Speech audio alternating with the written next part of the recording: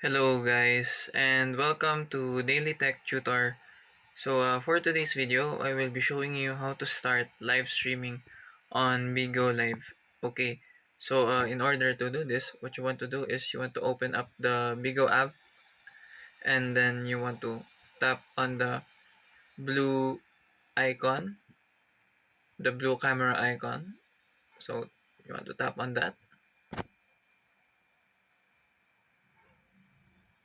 and then after that, uh, as you can see here, there are options for going live.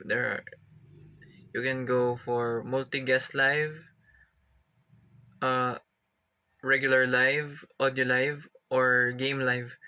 You just want to tap on go live, and then and it would start streaming. You can also edit options like the title and other stuff like tags. That's it. I hope this video was helpful. Please leave a like and subscribe.